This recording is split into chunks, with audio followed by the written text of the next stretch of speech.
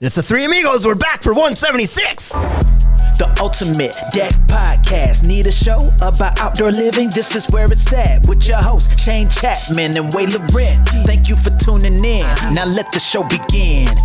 Yeah. The Ultimate Deck Podcast. Let's go. Finally got the legend back in the studio so that the intro makes sense again. Wade Laurent's back with us, but we still need to add Bryce's name in there, so it's not... Almost. It's probably easier to patch somebody in than to remove somebody out, though. Oh, yeah, way easier. Editing perspective. I don't know. We edited Wade out for the last 20 episodes. Did we? He was never in the studio. Right. Yeah, that's right. Pretty easy to edit me out. I didn't show up. Yeah. MitCon Dex opens up with, what's up, fellas? Looks like you got the band back together. The band's back together. The band is back. Welcome to the reunion tour. Yeah. So, well, look at that. We wrote on the back of a thing there. I didn't know that happened. Shocked me. I was like, what's that part? It's advertising. Yeah. Look at it. It's even got What an is old it telling? website. Oh, It promo looks code. like you've received your gift. Yeah. Welcome back, Hi. Wade, to the city of Regina. Good to be back. You've Is it good to be officially back? moved back. Like, I have mixed emotions about it. I don't think I spent enough time in Saskatoon. I like Saskatoon I like Saskatoon, too. quite a bit. I could have stayed there longer. So, anyways, here we are. Now you're back. Onward and upward. But now I can drive around Saskatoon a lot easier than I could before. Used to be that I was intimidated to drive around the city of Saskatoon, and now I'm not. Now you have some experience getting around. Nice. For sure. I see. Well, I'm heading up there tomorrow. Okay. Go Go to Broadway. It's great. Yeah, I'm not as comfortable driving around there, but I'm not bad. 22nd, Riversdale. What are you looking forward to being back at the head office of the Ultimate Deck Shop? What's change of scenery now? And is that going to, I don't know, reinvigorate you to get your shit done on time or what? I doubt it.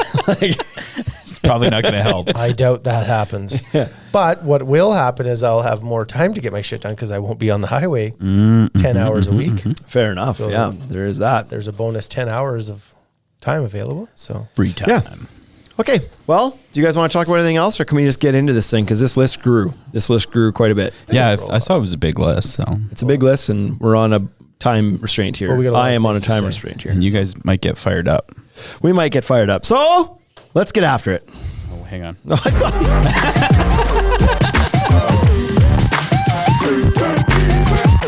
you were hovering the button, so I thought you were wanting me to throw it to I you. hovered the wrong button, though.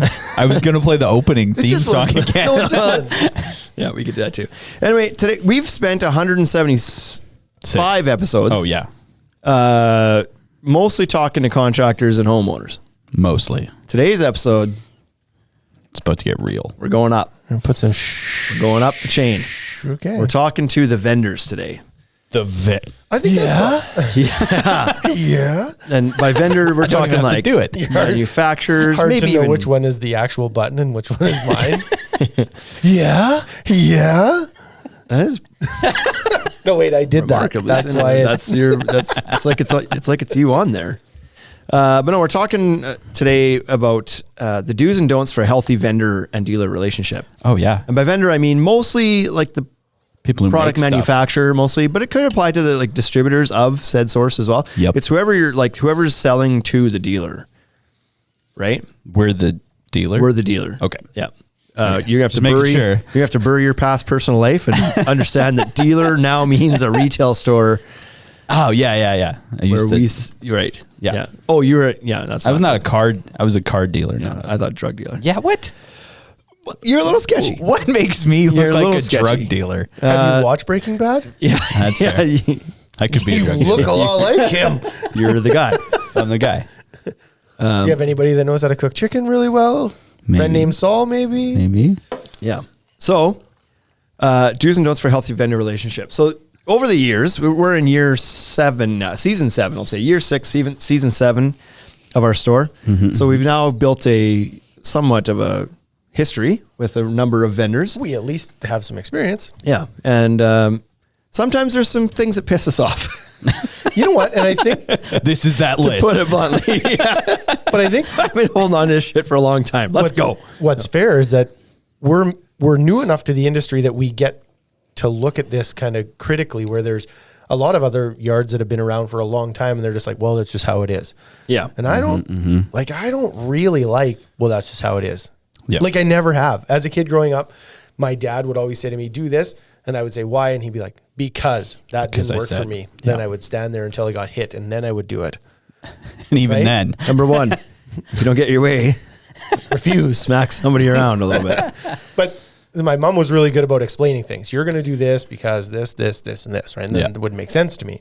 Yeah. So anyways, when vendors do certain things, it bugs me. Now I want to know why. And so here's our list of the things that bug me. You can call us and tell us why you do them this way. We should do a call-in show next time for this. Okay, so Let's hear it. number one, be a partner. Be flexible. You're not Apple. Oh. So what do I mean? And we're not going to like call out anybody out specifically today. But Except if it's for on this Apple. list, it's because it's if it's on this list, it's because it's happened. This is based on experience. Okay. So if you're listening to us as a vendor, you can maybe identify if we're talking about you or not. You can be like, You might know that who you sounds are. like- I think they're talking about me there. You'll know. But we'll try not to call anybody out. But what I mean by this is like, yes, you as a vendor or as a business in any part of the food chain, you have your policies, you have your rules, your whatever else. Yeah. Don't be so rigid that you're not flexible in working with people. We believe wholeheartedly that the relationship between the vendor and the dealer is a partnership. Yeah, we can't sell stuff without you. Right. And you can't sell your stuff without us. And we have chosen Oh, yeah. to do business with you. Yeah.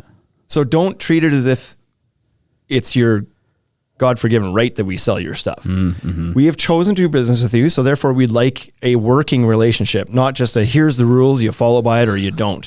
And so the reason I put Apple there is because Apple, there's no Apples in our industry. You don't get to call the shots like Apple used to. And the reason that came like is on the papers because in my past role in the cell phone business, you followed Apple's rules and you didn't question anything about it. You sold Apple's phones for Apple's price and you bought as many phones as Apple told you were going to buy and you were going to market Apple phones the way they told you. And you didn't go back to ask them like, can we do this? Yeah, exactly. They're just like, no, you do it the way Apple does it. Right. Or else And- you don't get Apple. But they were so dominant that you were just kind of okay with that because it could change your business. Having them or not having them change your business. Yeah. There's some big dogs in this industry, but there's no Apples. And so there's nobody that in our store that if we didn't have would completely ruin our business the way that Apple could potentially ruin a wireless service provider by not having their phones. Maybe not today, but at one point that was the case. If you didn't have Apple, you were in trouble. Yeah, for sure. I still think that's probably the case with Apple. They're still that strong. It maybe could. Yeah. Yeah. They were certainly if you stronger before. I feel like when I was there, I feel like they were stronger. Like Android, when it was BlackBerry, before Android or like early Android, BlackBerry and Apple were kind of the big dogs and BlackBerry started to go away. It was like Apple was incredibly dominant at that point. Yeah. Android has obviously dipped in quite a bit now. But anyways, what this means is just be flexible. If you say, here's how this booking is going to go, here's how things go. If we need to do things just a little bit differently, we request it. I'm not going to say you have to say yes all the time, but be open to talk working about it. together on it, to coming up with a solution. Don't just slide the paper across and be like, take it or leave it. We're out. Like that's just a shitty way to do business, in my opinion. We certainly don't do that with our contractors. We work very hard to work with our contractors and understand that they've chosen to do business with us. And so we will try to make their lives easier. And if they need to do things a little bit differently, then we try to accommodate that. Sometimes it isn't possible. Yeah, certainly we have policies in place that that's the starting point for me. When I read our policy and deal with a contractor or a customer, that's a starting point for me. Yeah. Yeah. Number 2 is, so the way we're doing this is we're doing a do and then a don't, and we're alternating back and forth. Oh, so do work with us. So do work be with flexible, us. do Okay. be a partner, do have a relationship there, two-way relationship. Don't, number 2, don't hide behind fine print and policy. This kind of can play a little bit the same as number 1 with the policy thing, but also if there's a warranty issue or something, your first action shouldn't be to run and find out how to get out of the problem by digging up the fine print. Don't dodge or just saying no all the time. You're like, it's our policy not to.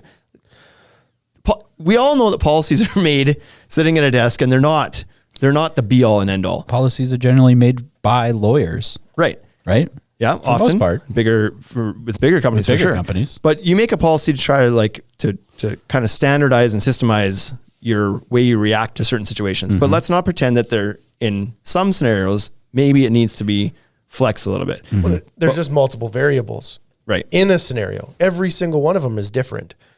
Yeah. And so you can't have a policy that's just like, that's it. It's black or it's white. That's so awful. Yeah. But yeah, so, and again, it's okay to have the policies. It's okay to have the fine print. You have to have that. We get it. But sometimes, like, I'm just saying, don't throw that up first as a roadblock before you've even really looked into the entire situation. When we first sent an email, it's like, hey, heads up, we have this problem with the board. And if your first thing is like, it's probably not coming under warranty, like, that's likely an install error. You haven't even gone to look at it yet. Yeah. You have no idea yet if was an install error or not. Yeah. So don't just jump out and try to hide behind it right away. That always just sounds like one of those like automated robot messages you get when you like go online and you're like, hey, I have a problem. And they're like, not our problem. Yeah. Yeah. And so how do you respond to that? Like, if you're doing that personally, then I hate that. Yeah. And so I'm like, never mind. I actually don't even want to work with this company anymore. Yeah, exactly. I'll get through this problem on my own, and then I will do my best to not deal with this company again. That's what happens to me. And sometimes it's not fine print or policy you're hiding behind. It's hierarchy of people. You can sometimes we have reps that'll hide behind, like they'll just claim that they're powerless and they can't do anything. And it's, I've got to run it up the chain, or I can't do it. You know what? Take the problem and own it and go find the solution for me. Don't just say, I can't do it. Above my pay grade. I already that gets nobody anywhere. I understood you had to run it up the chain. I know that you're not the president of the company. Yeah. Yeah. You're a sales rep. Yeah. But you only have you're so much power. You're as high up the chain as I can go, because that's who I have to talk Right. to. I'm asking you to go to bat for me. Right. Don't just be like, can't, sorry, it's out of my pay grade. Because we have a relationship. Yeah. Yeah. So Number 3, do offer to help. And this could be with home shows, with displays, reminder that you've got some rebates that might be expiring coming up. Help with offering to get orders submitted or something. Like just be helpful in general. Don't act just like an order taker. So offer good. to be more than just an order taker. And some people don't, and it's fine. But the guys who do put in the little extra effort to phone and be like, hey, do you guys need help with the home shows? Do you want me to come down and help out with that? That's appreciated. We might not need the help. But it's nice to know you're thinking about it. Some of the times we even say no. It's like, you know what? That's okay. We don't. We got enough people. We'll be okay. But It's the I offer. certainly remember the people that called. Or if you do have some sort of rebate or something that has a time sensitive thing on it, like some of our reps are very good at this. They'll give you a call and be like, hey, heads up, you've got, like, you haven't submitted for your whatever by the end of the month. Even if it's just for some wearables or something, it's like, you've got this funds, it's about to expire. You should do that. It's like, oh, thank you. Like, we don't pay attention to some of that stuff as tightly as maybe we'd want to. It's just not on the day-to-day stuff. It can slip. And it's nice when somebody phones you and reminds you, instead of you finding out later and then being like, oh, can I still do this? Sorry, it's expired. It's nice when they care enough to like give you the heads up. Yep, for sure.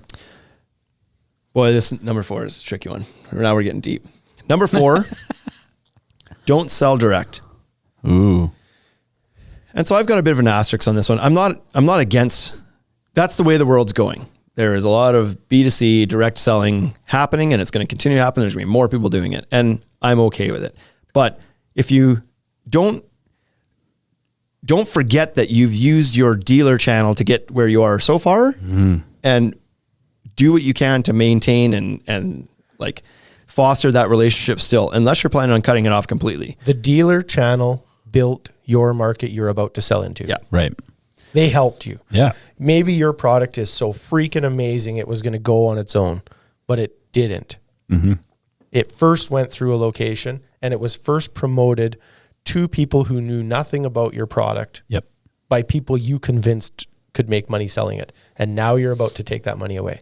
And the dealer Remember that. has spent a lot of money and effort and training and time and ad dollars and even just consumed their own media that they could use for something else to promote your product, to build up a market, to sell your stuff, because probably when they first brought it in, there maybe wasn't a market for it. And then they've created the market.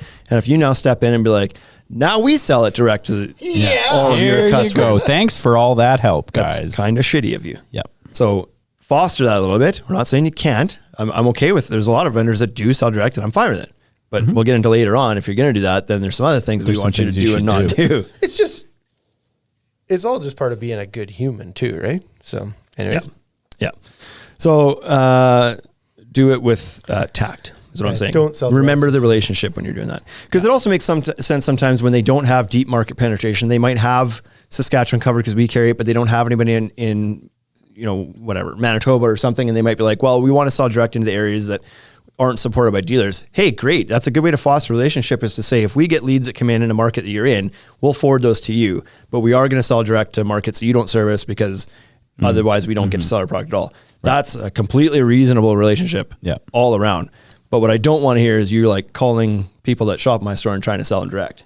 Like that's over at that point. If that's what you do, that's dirty. That's dirty beans right there. Number 5, do make ordering easy. Or I want to go back to that. Okay. Or call us and ask us to ship a product to a customer that you sold to direct, but you don't have inventory. Oh, yeah. Oh, what? That's happened. What? We don't have inventory, but there's a customer like close. Could you just ship your inventory to that customer and then we'll credit you for it? We'll credit you. I was like, it's my sale. Yeah. Boy, geez, maybe you should have just forwarded them to us in the first place, because we had the product. I wish they would have came here and said, you know, because I invested thousands of dollars to stock your product. Yeah. Yeah. So. And now you've asked me to sell it at cost, and you took the profits. Yep. Charge them a restocking fee. Yeah. You're just like, what do you do? I also understand that they've invested a lot into their inventory and they need to move it, but not enough. They didn't have enough to fulfill that sale. Yeah. Anyways, that was tough. Number 5, make ordering easy. So without naming names, there's a wide product line of things we brought in this year, and we were working trying to look at 2 different brands. And the one that won was because they made the ordering easy. Just easier to do. It was like, the other one I had, it was 12 emails back and forth, and it was time between getting responses, and it was like, well, how do we even order this? And it's like, well, you just tell me and whatever. The other one had a portal, and I could go on there and see all the prices. I could fill my own basket. I could charge to my account, and it was done. And I knew how the reordering was going to work. And like, it was just way easier. Don't make getting your product a headache. Because some of them too, I don't like we have our system. Everybody's got their system that you generate your purchase orders in. And you've got your way that you like to submit orders. And then sometimes there's vendors that come up and are like, nope, sorry, you have to fill out our paper copy. Oh, those are the worst. And it's like, but I've already got my SKUs in my thing. Some of this is like automatic for me. I can click some buttons. I can make this happen. I'd like to just send you the purchase order. And if somebody on your end needs to manually write numbers into one of your spreadsheets, maybe that could be your job, actually. Well, then make an order form. That's all I like. Make it easier for your customer. What blows my mind is like, have these people never tried to order something? Yeah. And so like, just take some of the frustrations you've had and then accommodate people. Mm-hmm. Yep. This is not rocket science. No. Just like, if it would be better for you to do something that way, then it's better for me. Yep. And it's better for you. And like, if all 3 of us own different lumber yards and all 3 of us were complaining to the same company that had to like hand write out the thing, wouldn't you at some point be like, man, everybody seems to be pissed about this. Right. Like, yeah. I mean, from an ordering perspective, it's nice if you can make it self-serve. Self-serve is great. I like if I have a portal I can log into, do my own stuff and not have to like have delays with communication with somebody, but then make sure that it's actually set up to be self-serve. Mm-hmm. Don't make your way of ordering harder than what my default way would be of sending you a purchase order. And then you're like, no, you've got to do it yourself. Here's our form, fill this out. No, I don't have to manually write our prices in and our quantities in and then manually add it at the bottom. And I still have to create my own purchase order anyway. So don't make it harder than it needs to be. It's 2022. Do you think that these people, like the person that receives your order, that's sitting on the order desk, receives it, do you think that person has ever ordered anything online before in their personal life? Have they ordered from Amazon? 100%. I don't think there's... Wouldn't it be... It all depends where they live, I guess. Wouldn't it be incredible if orders were just like that? You just like click a button. That's why he ordered. That's why he chose that one. That's why he chose that, because that's how you shop as a person. Mm-hmm. So why should I have to shop at your store differently? Yeah. The product would have to be pretty damn incredible for me to go the extra mile to get that order. We're never getting through this in time. Yeah. We're only on 5 and I'm like, no chance. You're lit up. I'm starting to go. So here we go. Don't worry. This next one's big for me. Number 6, this is if you're going to sell direct. Number 6, don't run sales against your dealers. Ooh. You want to know what really grinds my gears? There's a couple that do this, but there's one in particular that does this often, and it really pisses me off because they sell direct, and I'm fine with that. go ahead. You've come to terms with them selling direct. I'm okay with it. Why don't you just change brands then? I don't want to sell. I don't want to put things on sale according to when you've decided that you want to move some stock out of your warehouse or something, or whatever you're doing. And like, if they're listening, they'll be able to figure this out because I'm going to not say names, but I'll say details. If you're offering, the way the one I'm talking about here specifically works is like, we're going to do a 20% off sale, and you may get a heads up on when they're going to run these sales. And it's like, you can also participate and run 20% off. And then when you have to reorder your stock, when you have to reorder your stock, that next order will give you 10% off. What? So we'll split the cost of the sale. I didn't want to run the sale. First of all, I didn't want to run the sale right now. Yeah. I don't have, like, I'm not trying to clear inventory. I don't need to run it right now. I have no desire to run a sale right now. You forced me into running a sale right now. Mm-hmm. Fine. Then you think you're doing us a favor by saying, we'll cover half the sale for you. We'll go halfers on that with you. By allowing you to buy more of our product at 10% off. You were just offering your direct customer 20% off. You're only going to offer me 10% off. You want me to take inventory out, sell at a lower margin because you decided to have a sale. Yeah. What if I don't want to order more inventory right now? Like, don't force me into a PO, and that's the only time I can get it is because you just finished the sale. What I'm actually going to do is I'm going to call the random guy down the street and get him to buy it for me because he gets 20% off. Oh yeah, just do that.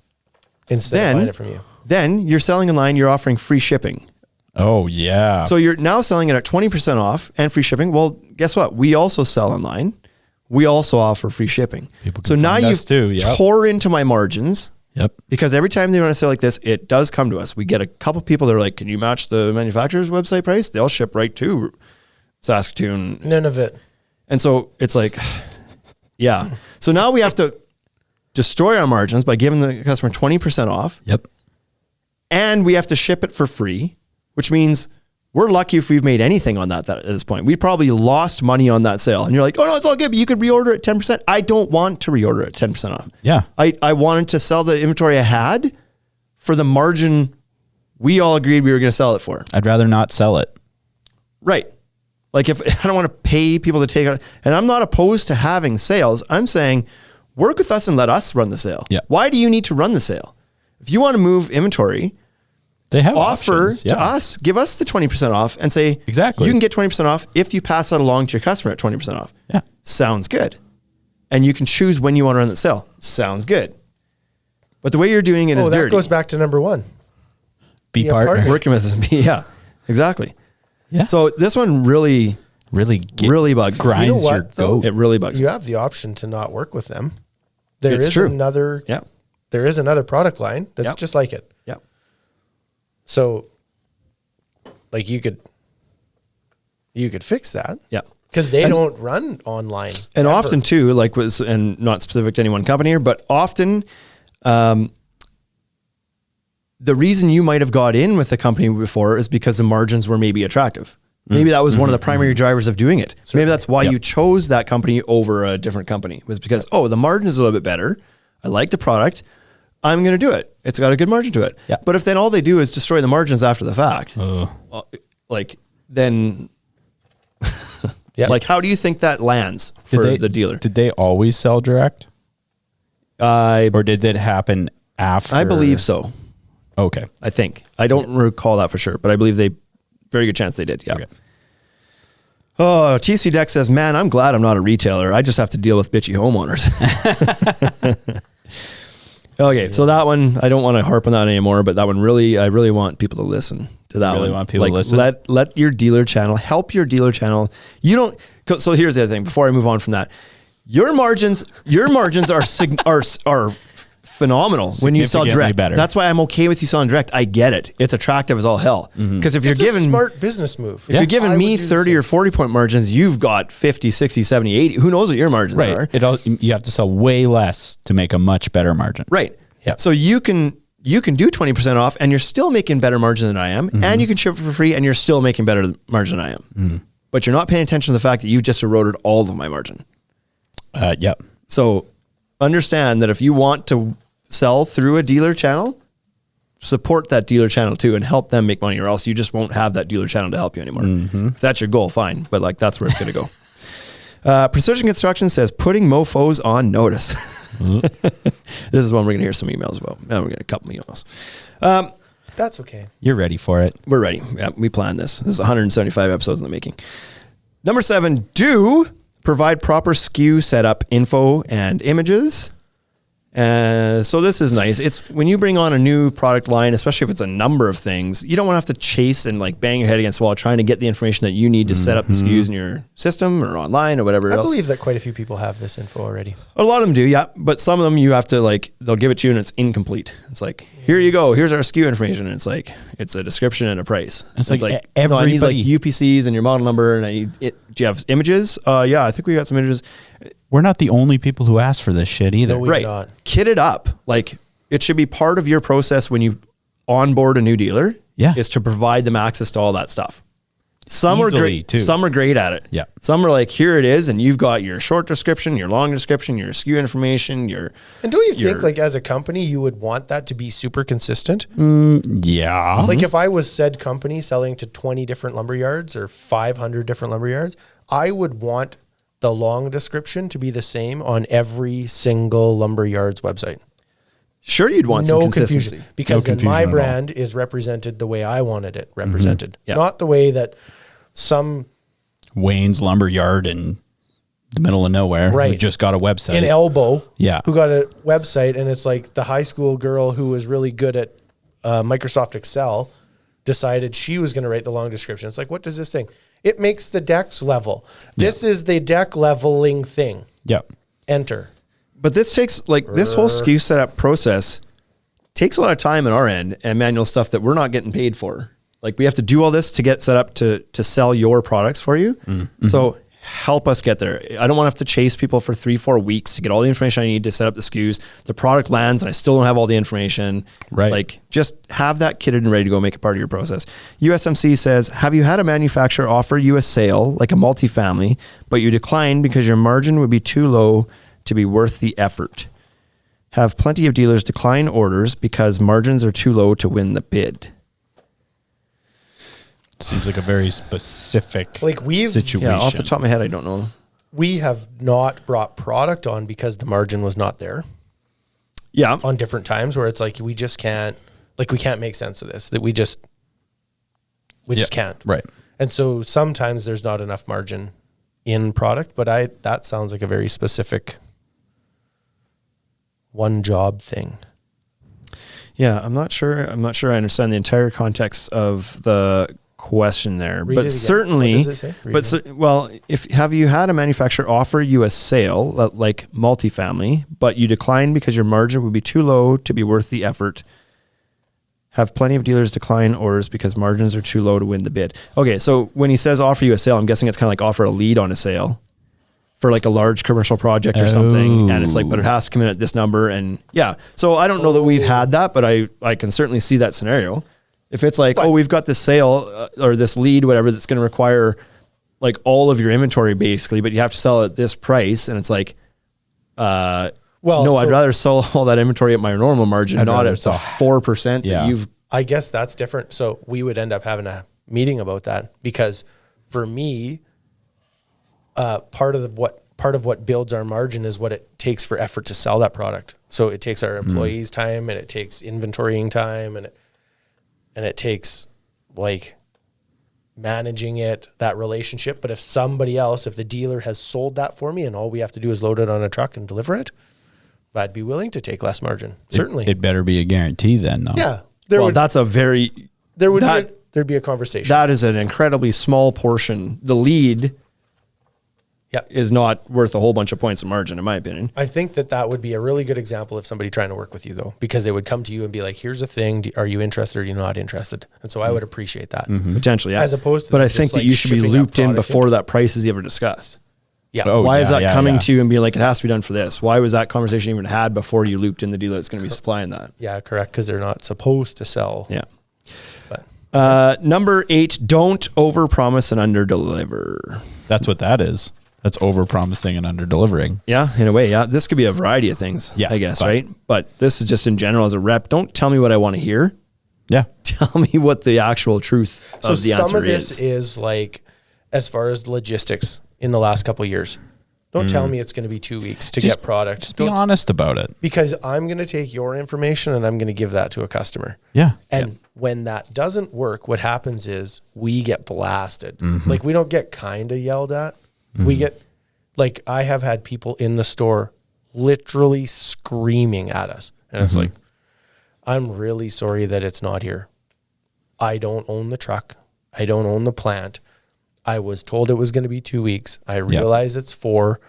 All I can do is call. I called last week and I called earlier this week. I can't do anything. And so when a manufacturer tells us 2 weeks, that's what we tell our customer. Yeah, exactly. We have certain dealers that I don't do that with. If they tell me 2, I tell the customer 4. Yeah. And it's okay if the answer is 4. It's okay if it's 12 weeks. It's okay. I just need to know what the realistic answer is because I'm trying to give somebody an answer that they can plan something around. And I also understand that they have, as manufacturers, have now had logistical issues, nightmares, actually. Yeah. Imagine trying to ship product around North America right now and you can't get a truck. And if you do get a truck, they'll charge you whatever they want. And so they lose margin. And I understand that that's also an awful situation to be in. But if you could so even more important to not overpromise right now. Just try to be accurate. And if it changes, the minute it changes, let us know so that we can let the customers know. Like, yeah, well, they should be building in like extenuating circumstances into their time quotes as it is. Yeah. Right. you would have, anyways. Like, it's not like it's a guaranteed time ever. I think everybody's so nervous that what's going to happen is they say 4 and then you'll try and get it somewhere else.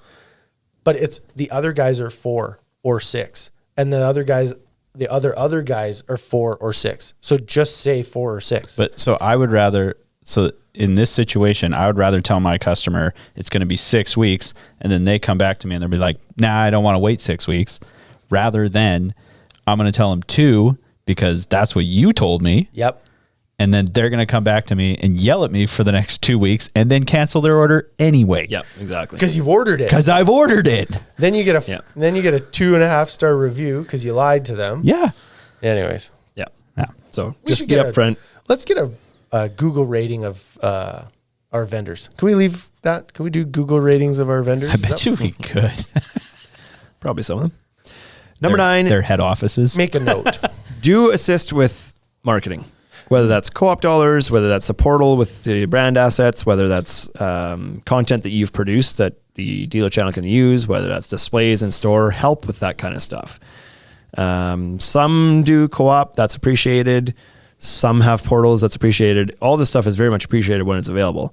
And what I don't like is when you go to a company and you're bringing on a new product, like having displays for anything is required to sell it. You must be able to show a product to sell it.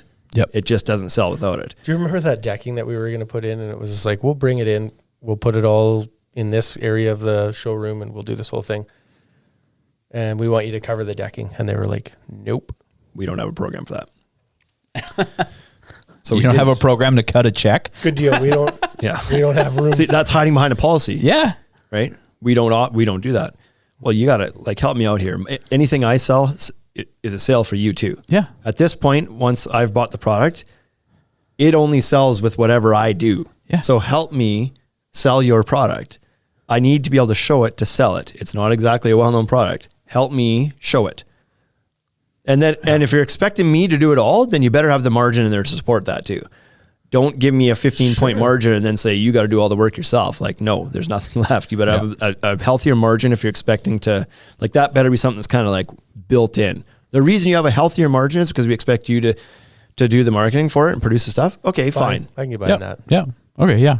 But you can't have both. You can't slim down your margins and expect us to do everything and you don't help anywhere. Mm-hmm.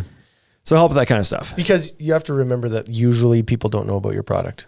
There's only really like 3 products in this industry that people know about. Yeah. Right. Like consumers. Yep. Consumers only really know about like one deck brand, really, and maybe one railing brand. Maybe. And so the rest of the stuff we have to teach them about. Mm-hmm. Yeah. Number 10, don't be faceless. This isn't many, but there is certainly some products that we've done business with, we sold 2 years, and we've never seen anybody or met anybody from that company. We still sell some product that we have no idea who that person would be. No rep, no person, just an email address to send your purchase orders to. And then they send them out. And then product shows up.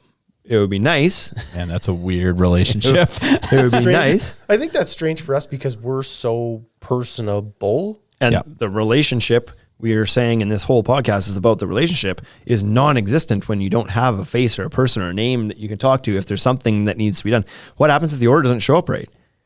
Yeah. Who are you talking to? What if you do want to do some sort of promotion with them? Who are you going to call to find out? What if you have some sort of contractor day and you're expecting, you want people to come be a part of it? Like, it's like, oh no, that brand just doesn't have anybody here because they don't have reps. They don't like, so that's weird. That it is weird. It's weird. Or if you have a rep, like, do your job. Don't just hide and be invisible. Show Like, up. Well, the last 2 years has been tough for sure. It has been. But now you're allowed to get out again. Yeah. So Get out there. Show up. That like the old school sales tactics of showing up at places. That still works. some Yep. of that works. Yep. Just being there. Yep. Yep. Number 11, do offer prepaid freight. This one's got a bit of an asterisk for me as well because it's not a deal breaker by any means, and it's also much harder to do lately for reasons we've Oh, discussed. boy. Yeah. But I enjoy when there's some sort of prepaid freight incentive that you set where I know that I don't have to account for the shipping and freight in my margins. I can set my price based on what we buy the product for and what we need to get for margin. I would prefer to not have to math in the freight into my margins because your order sizes are different and that gets amortized over your specific orders differently, whatever. And it's a little bit trickier to do. I appreciate when it's like, you know what, at $10,000, we ship for free. At $700, we ship for free. That kind of thing. It gives you a target. Also, yeah, and Let's it be honest, encourages you're sales. going to get there. Exactly. Like if the prepaid freight is $5,000 and you're at $3,500, you're probably going to get there. Yeah. You just made a $1,500 sale. That you weren't going to get. Yeah, right? like there's times we need to order $500 worth of stuff, but the prepaid freight's $2,500. It's like, okay, we're going to dig in a little bit deeper and see what we can top up because I'd rather spend the $2,500 that I maybe don't necessarily need today, but I'll sell it at like at some point here, rather than $500 and paying $200 in freight. Just like it doesn't really matter what the number is. Just have one is what I like. Yep. Yeah. Right. And I understand that right now it's hard to do that. So Maybe it's not do a deal little breaker. research, But find out what your average sale is and then put it 15% higher than what your average sale is and see if you can't, as a dealer. Oh yeah. Right? Dig into what your average sale is and then bump it up a little bit and see if you can get people to start to spend a bit more at your, anyways. Yep. Number 12, don't assume that we've got this and we don't want to hear from you. So I've heard this from reps before. Well, that's good. And Got this. We're a little loud. About it's kind of a compliment in a way that they're like, well, we know you guys really do well in your product knowledge. You know all about the stuff. I don't really feel like I don't feel like you guys really need the support. Okay, but then you've become faceless. Mm-hmm. You've become this unsupported product. Because yes, we might know everything about it, but maybe we want an outlet to give some feedback to once in a while. What if we want to Maybe give we you want you to shit for check in. something? Yeah. But for real. Yeah. It's your company. Yep. You're the person that we work with. Yeah. And you're the expert on it. Technically. You'll have the answers, or you're Should. supposed to. Your role is not just teaching us about the product. It's beyond that. So don't think like, oh, you guys know the product, so you don't need me to show up. It's like, but it doesn't hurt. Nope. Doesn't hurt. Ever. Because if there is something wrong with the product that we don't like or we're starting to move away from it, guess who's not finding out? Yeah. You're not showing up, then I'm not super real keen on making an effort to communicate that to you. I'll just quietly exit it. I'm not going to fill out your reviews anymore. Yeah.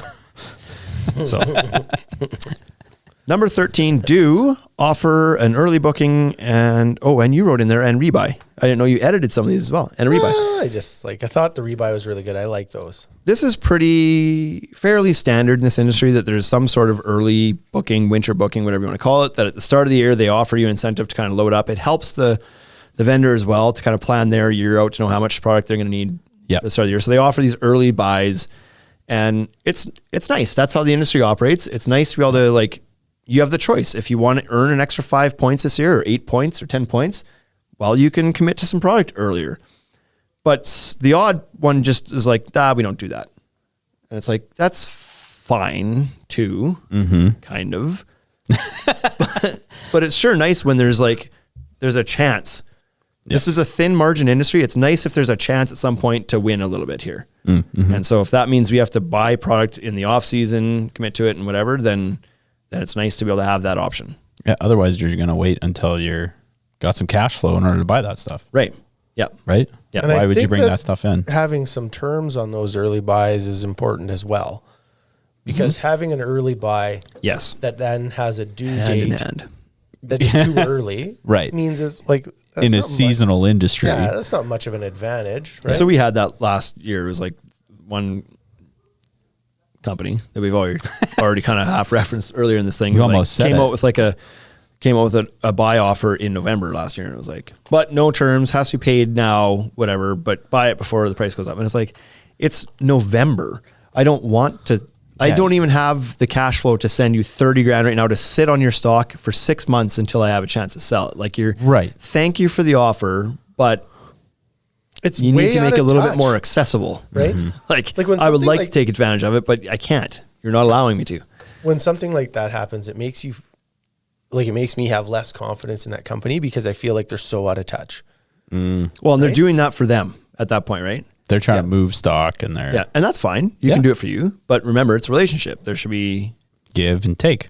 we should both win in Yep. every transaction that you do. You should both be getting positive out of it.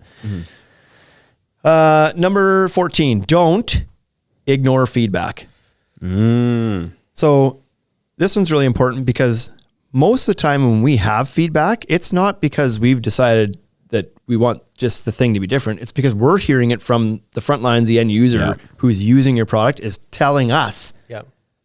over and over again. And if we come to you and be like, hey, heads up, this keeps coming up, and you dismiss it and you're like, yeah, Yeah, whatever. You got this.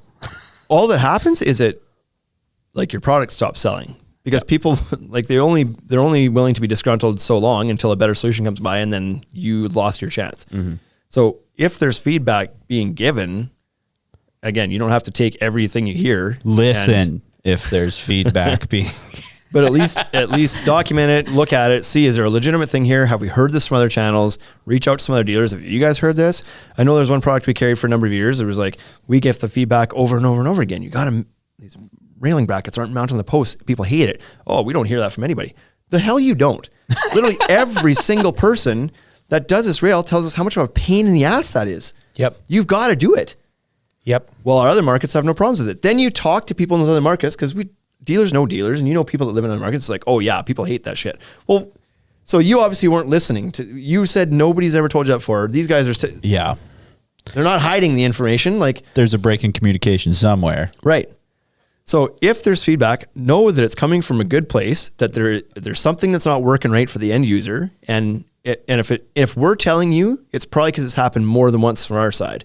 Right. Right. Like somebody's given us feedback one time, they never hear about it again. Chances are it's forgotten about and it never makes its way to you. But if we're telling you about it and we're like initiating that communication, it's because either the problem's been brought to our attention and we see it too. We're like, oh yeah, that's a problem. Or we've heard it so much that it's like, gotta action this. So, yeah. Some companies are great at it and other companies are not. Well, go ahead. I think that so far, I would say that a lot of our feedback has been, has had an effect in the industry. What I do think has happened is it's a little bit slower than we probably think it should be. And that's fair because those corporations are big. So one railing company is changing their base covers. That's happened. But that took us 5-6 years. Another one has changed the brackets. It took years, but now those brackets are that way, right? Yeah. So it does happen. It's like, but even just some feedback to us to be like, noted, Working on it. Yeah. We've heard that.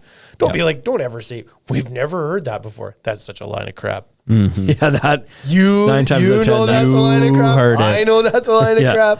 Yeah. Just be like, we have heard it. We're on it. Yeah. Because then I know that you're working with us. You know what else is annoying too, though? It's a known issue. No ETA. That's also really freaking annoying to hear. Well, if it's a known issue, then give yourself an ETA to fix it then. Yeah. Yeah. Yeah. Put it on the calendar. If it's a feature thing and it's not a big deal, fine. But if it's an issue, Oh yeah, fix it. get it fixed. I can't be the only one that told you. Right. So that's different than saying add railing or add lighting to your railing system. That's a different thing, right? There's That's a feature. That's Yeah. a feature. And just be like, we're not interested in doing that. Fine. That's good. But it's like this part of your system doesn't work well. Yeah. That's different than we would like your product line to offer more. Yeah. Different things, Yeah, right? exactly. Way different. So if it's like a feature, You should add a new color. That's a feature request. yeah. And it's Your like, paint's flaking off. Not, Yeah, not maybe a you should feature fix request. that. Yeah. No an issue. No ETA. No, that's not the answer that's going to work. Good. What's the rebuy policy? Let me on the pass garbage that. I have Let here? me pass that along to the customer. Well, and I was no an gonna- issue. No ETA. I was going to mention that eventually it is going to tank their sales. Absolutely will, because we'll stop selling They're it. going to fix it. We'll stop selling it. Right? Yeah. And at that point, it's too late. Yeah. If you stop selling it, then you come back, we're like, hey, we fix it. Too late, dudes. We moved on. Like we told you Right, about that exactly. for 5 years. That ship has sailed. We've replaced your line with something else. Yeah. So, yeah. Number 16. No, number 15. Now we sell this other line that flakes off, but we make sick margin on it. You'll want to sell direct to your customer. Anyways, talk to these guys. Yeah. And they've said no an issue and given us like an overpromised number, like 3 They weeks. said tomorrow. No. We'll fix that tomorrow. So do number 15, act in our best interest. So what's really nice too is when you have a rep or a vendor that will openly and honestly tell you that something they sell is not a good fit for you. It's like, yeah. you don't try to sell me everything because you make your commission off that or you're making a better margin. Honestly care about what my business does and try to figure out if your products are a good fit for me. Don't just try to push sales into us. So act in my best interest. If you do think that you know what, knowing your guys' store in your market, I don't think that's really going to fit there. I appreciate that. I might still bring it in because I might disagree with you. Yeah, you might bring it in more now. But that at least shows me that you aren't just worried about And then ask selling. you to buy it back in 2 years. You're right. That didn't sell. I'll show you. Oh, dang. Yeah. It builds confidence in everything that they present after that to me. 100%. If they say that's not a great fit, then I know that they're not just trying to sell. Yeah. Then I believe the next thing they it just bring helps to build that trust and rapport in the relationship. Number 16, don't, and this is becoming more common, and another asterisk, not 100% against this, but don't skip the dealer and go direct to the contractor. Support that relationship. Don't try to steal the relationship. So it's becoming more common that the vendors are working directly with contractors and kind of bypassing that dealer chain. And some are good at doing that and then bringing it all back home. Supporting the contract. And I actually like that. I think you should directly support. I have no problem with Reach some out reps to your contractors. supporting the contractors because that's the quickest way to get them support. But know that you're part of that triangle of support. It's the contractor, it's the dealer, and it's the vendor. Don't skip over us and try to like influence what they're doing without looping us into what's happening there. There's a couple parts that are really tricky about that. Often the manufacturer sells to multiple dealers. And Yes, you can't have them play favorites. Like that's not possible. correct. So I think that they should loop lumberyards in. They should loop our store in. But I also think that they then also owe that information to the other yards as well. Because we don't know they don't know which contractor shops with us and with the other stores or Yep. where they shop. So it's like the triangle isn't exactly a triangle because it's not dealer It's not and then fair. us and contractor. It's dealer and then us and another yard and contractor. So it becomes kind of tricky and for them to contact everybody. You know what I mean? So from their side, it's easier to just go right to the contractor. Yeah, but you remember early on, you used to get vendors that would quite frequently ask us for a contractor list. I still have Who shops with you? some dealers that do that. Right. So we still Some have vendors. certain vendors that do that. So if you're going to do that, Manufacturers. if you're going to come to us and be like, who shops with you? And we're going to give you names because we believe that the intent is that you're trying to better support Yeah. and we encourage that. Yeah. Remember where you got that list from. Yeah. Most contractors shop at one place. Some of them maybe will shop at a couple places. But when they start going directly to the contractor, it's not open game to me to treat them as if they could be shopping anywhere, because you got that name from somewhere. Probably, right? So if I've given you a list of my top 3 contractors, when you go meet with them and talk about all this stuff and you recommend that they buy this new product or do things a certain way, certainly I better be involved in that conversation if you got the list from me. Yeah. So, and what I don't like too is when vendors or reps might come to town or do whatever, and you find out afterwards that they came to town and they met with all your contractors and took off, and you never knew they were here. Right? Like, it feels like they're doing something shady. Right. It feels a little bit underhanded behind your back. Why were you here but didn't give me the heads up, and you met a bunch of my contractors that I gave you that told list. you, and then you took off. What exactly was that all about? So it just isn't a good way to, like, the communication lacking like that makes the trust a little bit harder to develop or keep if it seems like there's something going on there, right? There's a couple ways that they can come up with those lists too, right? So not like just to play devil's advocate, they can Google contractors and they can get a list on their own. Yeah. They can also look on competitors' websites of who a certified installer is on a competitor's website. And maybe these guys are in a partner program with somebody else, or they're in a... Yeah, I'm certainly not suggesting that we're the gatekeeper of all contractors. I'm just saying that it used to happen, and it still happens, that they ask us for a list. So if you're going to do that, remember that we were part of that relationship, that we've offered that to you, because we could tell you to pound sand too. Be like, leave them alone if we really wanted to. Yeah. But we don't, because we want the Can you send me your contractor list? No, just DIY only. Nope. That's all we sell here. We have no contractors. But we would like to close that gap between the vendor and the contractor to get that support, because maybe we need them. Like, if it's great sometimes when the reps from a vendor will offer to come out and be on a job site with a new product with the contractor. That's fantastic. Support them. Like, you absolutely should do that. They also know their partner programs better than we know them. Right. And over the last few weeks / month and bit, we've had a couple of vendors out and like really trying to like add to their partner programs, add to their like contractor programs. And so we've had a lot of like reps locally, a couple things probably that are in play. 1, they're allowed to travel again. 2, it's the start of the season. 3, they're trying to build their portfolios, and they're being handled differently by different groups. One is like, do you know this contractor? Do they shop with you? Do you know this contractor? Do they shop with you? And I feel very involved in that process. The other one is like, hey, I went and talked to these people and it sounds like they buy from here. Oh yeah. Well, they buy from us too. Okay. Well, hopefully they buy from you again. See ya. It's like, oh boy. Right. Those are, they're tough, right? But I know what they're doing. They're trying to build their business, and that's good. They should. They need to. That's how they make their living. But I think it works better if you have 2 fronts like trying to sell that product to that contractor. Oh, 100%. So you should be at the stores promoting your programs, like your contractor programs. Yep. Because we're going to have an easier job of selling it to the contractors than they are. Yeah. Even if we don't know it as well. Yeah. Yeah. And then they can present those programs to the contractors. They know things that we don't know. They can maybe get the contractor to buy in, and anyways, we can help you. Just don't go around us.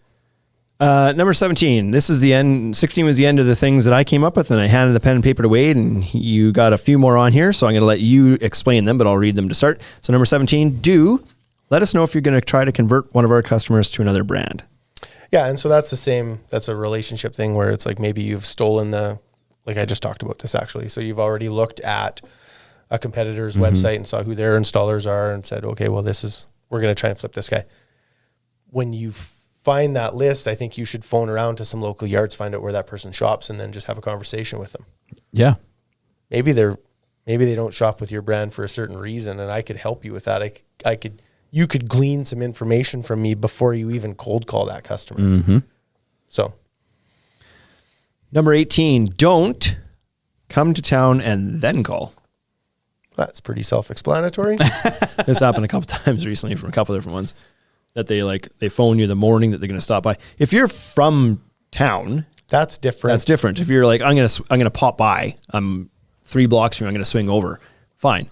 Yeah. But if you're from out of town and you're flying in and you want to stop and meet with us, don't make that phone call at 8:00 and be like, I land in 2 hours. Are you around? When you book a flight, how far out in advance do you book a flight? Yeah, exactly. Oh yeah. So this is a thing that this will sound cold, but I did this one time to my parents because they used to never call. Sounds like it worked. They used to never call ever. And one time they showed up at my house, knocked on the door, and they just like walked up, dunk, dunk, dunk. I opened the door and they were there. And I was like, what are you doing? And they're like, well, we're here. We thought we'd stop by. And I was like, I just got up. Come back in an hour. Close the door. And I did it not because I didn't want them to come in. I wanted them to call. It takes them 2 hours to drive here. Oh yeah. They had to put effort into getting here. Yeah. And so then it was like, just call me when you leave your house. Yeah. That's 2 hours notice. That's lots. Yeah. Your family, but I did it to make a point. And it was just like, so anyways, if you book a flight, you have to book that weeks in advance. Yeah. Just call us and be like, we're thinking about coming out that day.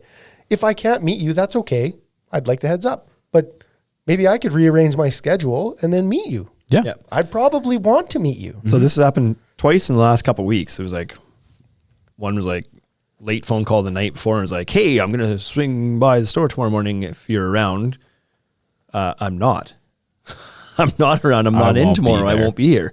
Oh, I was really hoping to meet up with you. Then you should have given me more notice than the night before. Like, what are you doing? And this happened again this week. Rep Saskatoon. Hey, we're in I'm town. going to be in town tomorrow. Can I want to swing by and chat with you about some things? And our manager was like, I'm not even going to be in town. We have all day sessions in Regina tomorrow. I'm literally not even in the city tomorrow. Yep. Had you given me some more heads up, we could have planned this out a little better. You could have chose to fly on a different day. Maybe I could have rescheduled my things. Maybe it was not possible to happen, but we could have arranged to meet at a different time or have a phone call or something else. But like the whole like drop in on your doorstep with no notice thing in a business that's so, especially at this time of year, This is a bad time of year. is like, that's not going to lead to a successful Yeah, meeting. it's just busy too, right? And so I need to set aside time at this point in the year Yeah. if you want to talk to me. yeah, right? And maybe I want to talk to you as well. Exactly, right? Yeah. Because there might be some stuff that I want to visit about. Maybe I have an idea that I think would be a great marketing idea for your company with us. Like I think we could do something together, but I didn't want to send it in an email because it's like I wanted to talk about it in person. And so maybe there's a reason I want to visit with you. Give me a chance. So anyways. Number 19, do bring us swag. It's silly, but all people like gifts. Especially contractors. Well, like, and I think everybody does, right? Like everybody likes coffee cups and hoodies and hats and stuff. The caveat to that is like, make sure your swag is good though, right? Oh, like if yeah. it's a hat that you wouldn't wear, then don't bring that. Don't really. Do you remember that there was a cable company that they sold cable in the States? They still do, but they had these hats that were just atrocious. And it's like they gave us some hats and they're like, here, and I put it on. And it looked like it had been driven over by a semi 100 times. It was just flat and like it was just awful. Cardboard. I was never gonna wear it, and like I took it because it was like thanks, I appreciate it. It was like boink, into the bag. But anyways, like have hoodies, have hats, have coffee cups. People like those things. People love those things. Yeah, this is one of those things that I maybe have a little bit of a different take on because and maybe not. I don't care if you don't send swag, but when you do send swag, I enjoy it. Yeah. Like I don't hold it against you if you're not a swag company that sends. I'm never going to go to a company like, hey, are you guys going to send some swag? I'm never going to do that. Right. But if a box shows up, surprise, and it's got some cool stuff in it, I'm like, oh, this is sweet. And usually I grab stuff and go like, if there's some shirts in there, go give it to the yard guys. They enjoy getting it. Yep. I'll poke around and keep something for Absolutely. myself. I don't expect it. I think it should be one of those surprise things. I don't think you should expect it. Yeah. But it's a nice little touch. Goes a long way. Great It touch. does. Yeah. Number 20, don't make promises you can't keep. If you don't make corporate decisions, don't tell us your company won't open with a box store and then your company This is does. very specific. We maybe don't have to You even almost said expand the on that. name. You've seen, the whole thing was an expansion of that. It's similar to number 8. Yours was like, don't over promise and under deliver. Yeah. This one is like, we have had people tell us that a corporation is going to do something and they are not in the position to be making those promises. They're not the ones that are sitting at the table making those decisions. Right. We're going to do this and we're going to do this and we will never do this. And then a year later, their company does that. And it's like, Yeah. Well, you look like an idiot. 21, do set an MSRP. I think MSRPs are a tricky thing because sometimes they can set them and there's not enough margin there. Yeah. Why would you ever want to sell that product then? Right. If you set a low MSRP, like all of these things, every single number on this list has had a caveat to it, has 100%. had an asterisk. Yep. But it's like set an MSRP so that we have a fighting chance against other yards or stores or box stores. Because if you're going to sell it to a box store, you know for sure that they're going to grind the price down on that. And if you put an MSRP in, then everybody has a chance, right? Yep. It just sets a nice benchmark. Maybe if your product is so there's an industry kind of average of margin, which a lot of retail stores would kind of like, they would just apply a default margin to items because that's generally what things get, and without thinking about it too much. If you don't provide an MSRP though, you've either got to do that, and then that could mean you're either not competitively priced or you're giving up margin that you could be getting because you don't know where competitively it is, or you've got to go do a bunch of competitive research to find out where the market has this product priced right now. Well, it'd be a lot nicer if the vendor just kind of provided some guidance on that to say like, you know what, we expect you to get 35-point margin on this, 25-point margin. Here's what we think most stores are going to sell us for. And then it's up to the dealer. If you want to sell above or below that, you can, but at least you kind of know where they're guiding the price. There's some companies and that we deal with that would have like MAP pricing, minimum advertised pricing. You can't. You can't sell our products for less than this and promote it. I wish. Right, you can't put it out in social media that you sell this thing below $400. That's not allowed. Right, because they're trying to keep some brand integrity that their product is a premium product, or it should be. It's not the kind of product that's supposed to be on sale shelves and clear out shelves and being sold with things and everything else. So I like that too. Yeah. So, and that one I don't need it as much, but it's just nice to know that everybody's kind of working on the same general starting point, and then you can adjust as you see fit. Sometimes those, like when they don't do that, and then there's like a box store will put their product on sale. Sometimes Shane and I sit around and visit and was like, wouldn't it be fun to just fully tank this one time? Like just sell it. Just tank it on like purpose. 10% below cost just for like a week. Just for fun. Just like really ruffle some feathers. Like people would be pissed. Yeah. And then when they come and call you and be like, you can't do that. I'd be like, yeah, sure I can. You have no MSRP. You don't tell me what I can sell this for. Yeah. It turns out I actually like losing money. Yeah.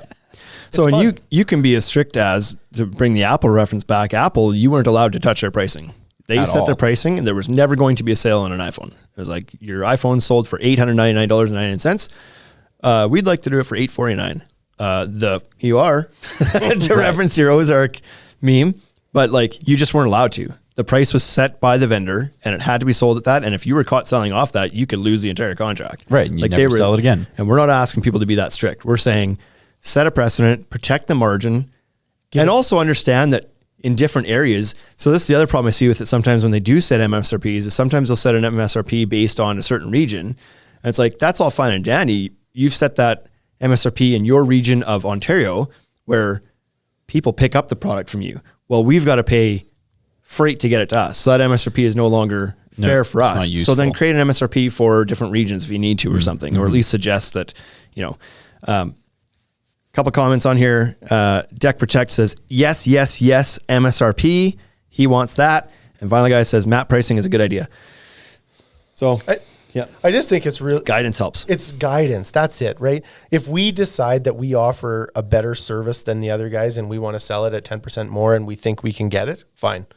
Well, exactly. Or if we want to sell it for 10% less because we're a-holes and we just want to grind the market down to nothing, then so be it. I mean, an MSRP would help your dealers get better margin across the board and help brand integrity. You think Gucci doesn't have an MSRP? Yeah, they do.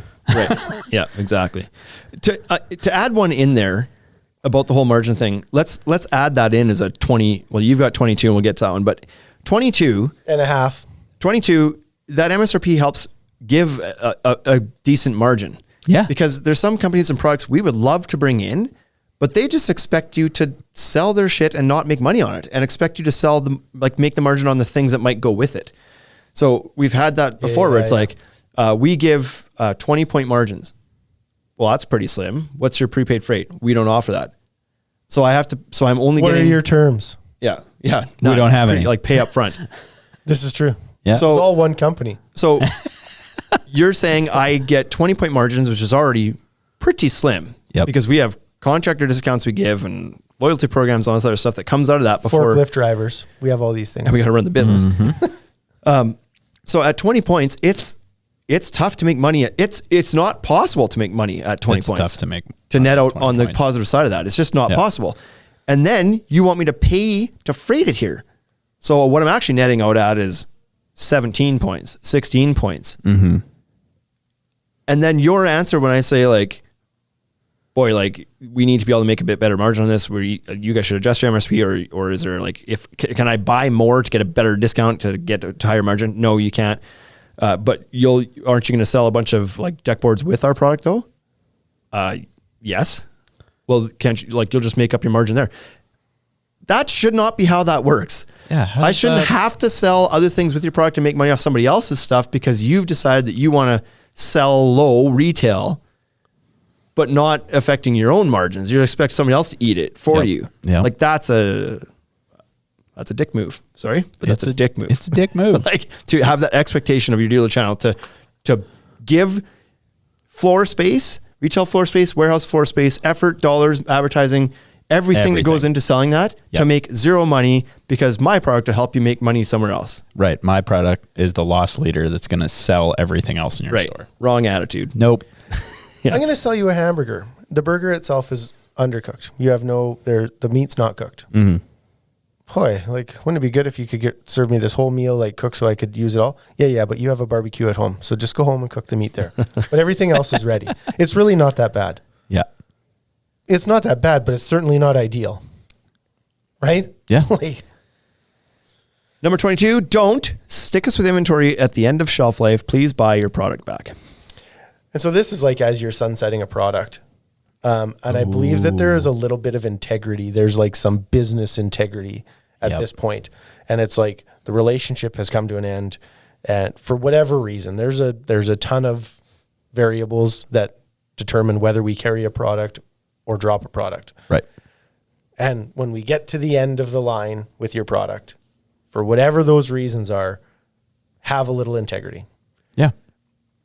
I know that you don't want to take the product back. I also don't want to be stuck with a whole bunch of product. So over the relationship that we have had, how much of your product have I sold? Have we moved? Yeah. What have we done for your business? Could you take a couple boards back?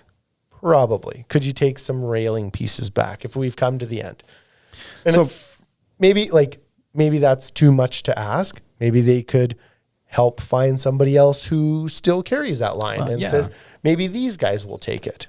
Right? I think for me, it depends on why that's coming to an end, if I'm understanding you correctly. I think if it's a decision that they've made, then I believe that they better bear take some the product responsibility. Or if they're the type of company that's changing shit all the time, then that creates a problem. If you are constantly discontinuing colors and launching new colors and discontinuing colors and changing packaging and all this crap, and then you need to understand the impact that has at the dealer level when you're doing all of that. If you've decided now that the boards that if it's deck boards, for example, that you guys have stocked, we've decided now to have an exclusive relationship with somebody else, so we're not going to sell them to you anymore. Well, you stuck me like with some random, I've got 2 lifts of fascia and no deck boards right now. I was trying to order more deck boards. You're telling me I can't have them? Well, how am I going to sell the fascia? You can't stick me with that. Now you've got it. If you've decided to do that, then you better be prepared to help us out of your decision. Yep. That doesn't, in my head, that doesn't apply to us specifically. There are some other yards that I know of that has happened to. Well, of course, this whole list this is not specific to us. Yeah. This is like dealers, not just the You ultimate opened deck shop. with like some of these things have happened to us, and so, yeah. I mean, if the decision to end of life a product is ours, we've decided to get rid of it, then that's on us. We've decided to have have end of life that product with inventory on the ground. In my opinion, that's our problem. Okay. Unless it's because it was, if the reason was because it was hard to get. not working. Right. Like the product was failing. Faulty well, product. I expect you to cover that or something, right? Like Yeah. that kind of thing. I'm just saying, like, if we've decided to move on to a different brand, I don't expect that company to buy their stuff back. It's like, hey, we're not going to sell your stuff anymore. Now you need to buy it back. I wouldn't expect that of them. But Wouldn't it be nice if they did though? sure it would. You'd think quite highly of them. But in this industry, it's more often than not that the new brand guy you're switching coming to in. might buy that off you. Yeah, To 'cause try then to they'll get sell the it foot off. in the door, right? Yeah. But don't stick us with stuff, because that's Yep. happened before where it's like, we've now done an exclusive agreement with a box store somewhere and that color's not available to you anymore. Well, you've just screwed me. Or if it's like we launched new colors last year of not a deck board, Not a desk. something smaller, and then we load up on it and then you discontinue it 10 months later. And then Like you didn't even give me a full crack at selling what I ordered the Right. first time. Yeah. and then launch a new color, only slightly lighter or slightly darker, called something different. totally different. And then Yeah. change the name of it, and then or change the packaging, change the UPC. Like anytime there's changes, you have to understand that affects the dealer channel. I would like Well, to how? send all of that stuff back because they have more dealers that they could send it to. If it could all go back to the vendor, Yeah. And the vendor could the distribute vendor it could again. then be like, this company wants this color. They can sell all of it to them. Yeah. So like bring that back, and then you have multiple yards at your disposal that you can like gear that towards. Right. You're in a better position Much to easier. move that than we are. Yeah. So So that it's better was- for your product too. It is. That was supposed to be number 23 because we added the margin one in there. Yeah. And I'm going to add a 24 now.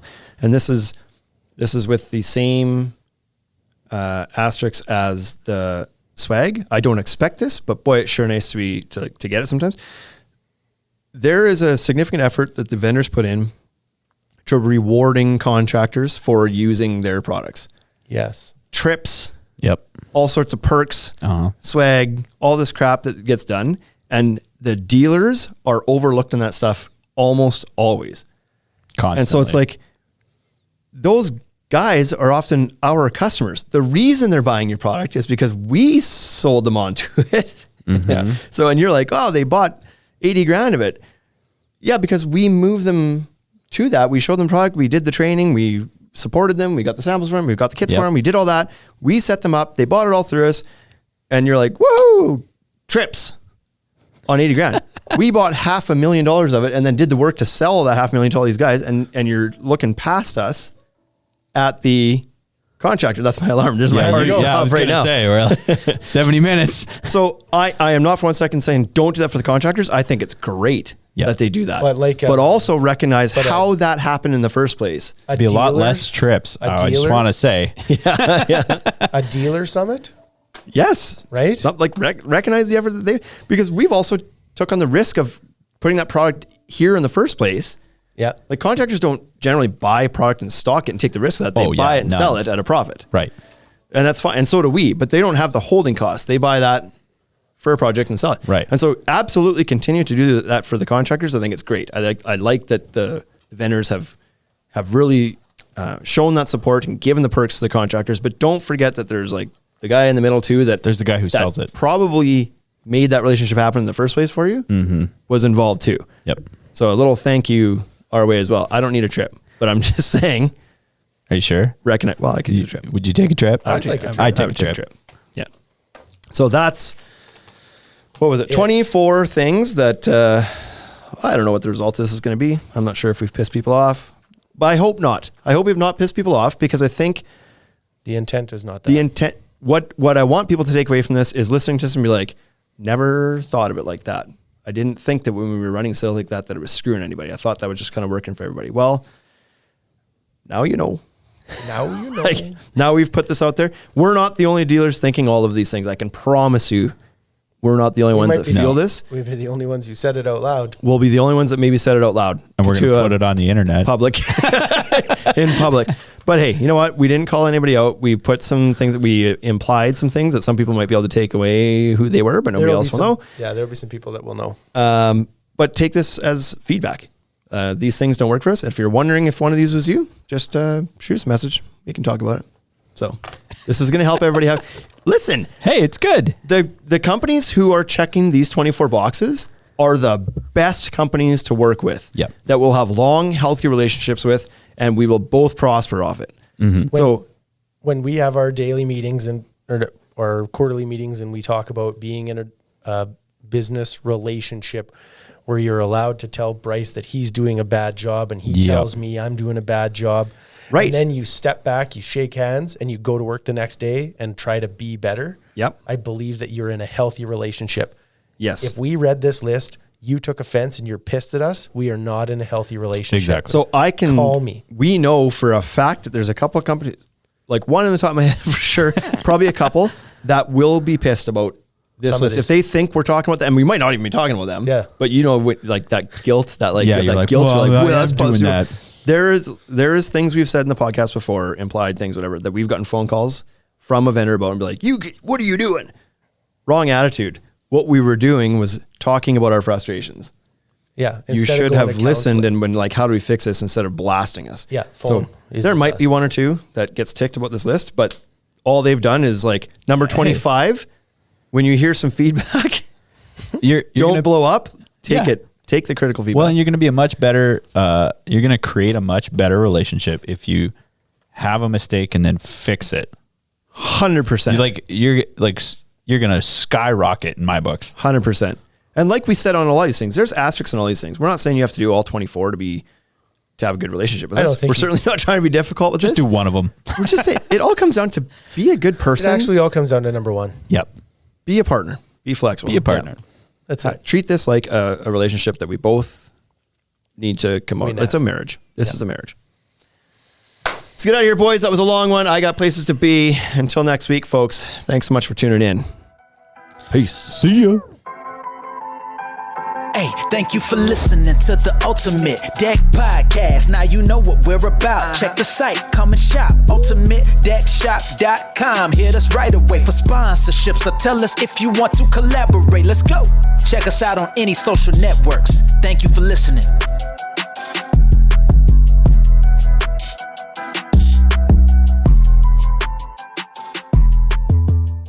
No, I said it in bold.